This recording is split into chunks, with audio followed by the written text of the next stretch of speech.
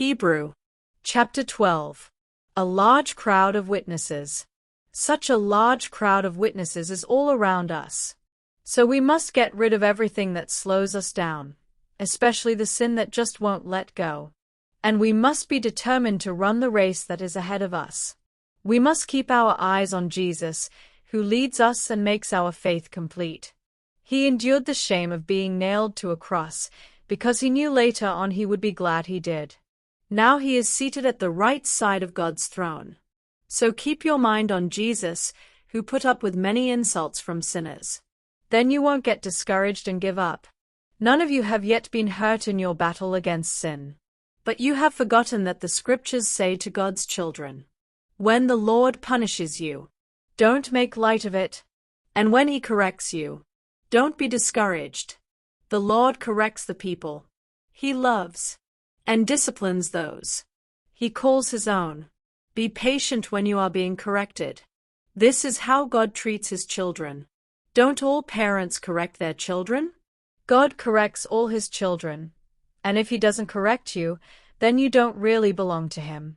Our earthly fathers correct us, and we still respect them. Isn't it even better to be given true life by letting our spiritual Father correct us?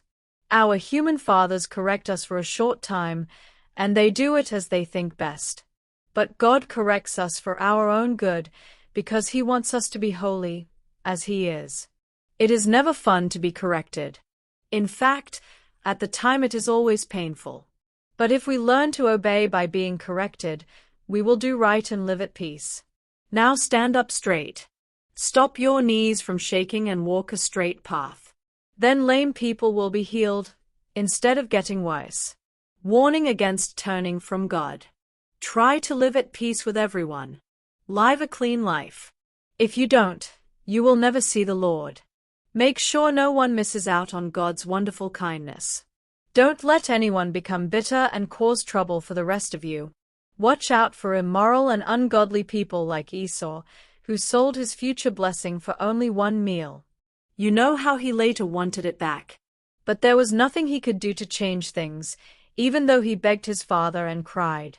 You have not come to a place like Mount Sinai that can be seen and touched. There is no flaming fire or dark cloud or storm or trumpet sound. The people of Israel heard a voice speak, but they begged it to stop because they could not obey its commands. They were even told to kill any animal that touched the mountain. The sight was so frightening that Moses said he shook with fear. You have now come to Mount Zion and to the heavenly Jerusalem. This is the city of the living God, where thousands and thousands of angels have come to celebrate. Here you will find all of God's dearest children, whose names are written in heaven. And you will find God himself, who judges everyone. Here also are the spirits of those good people who have been made perfect. And Jesus is here. He is the one who makes God's new agreement with us, and his sprinkled blood says much better things than the blood of Abel.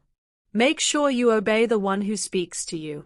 The people did not escape when they refused to obey the one who spoke to them at Mount Sinai.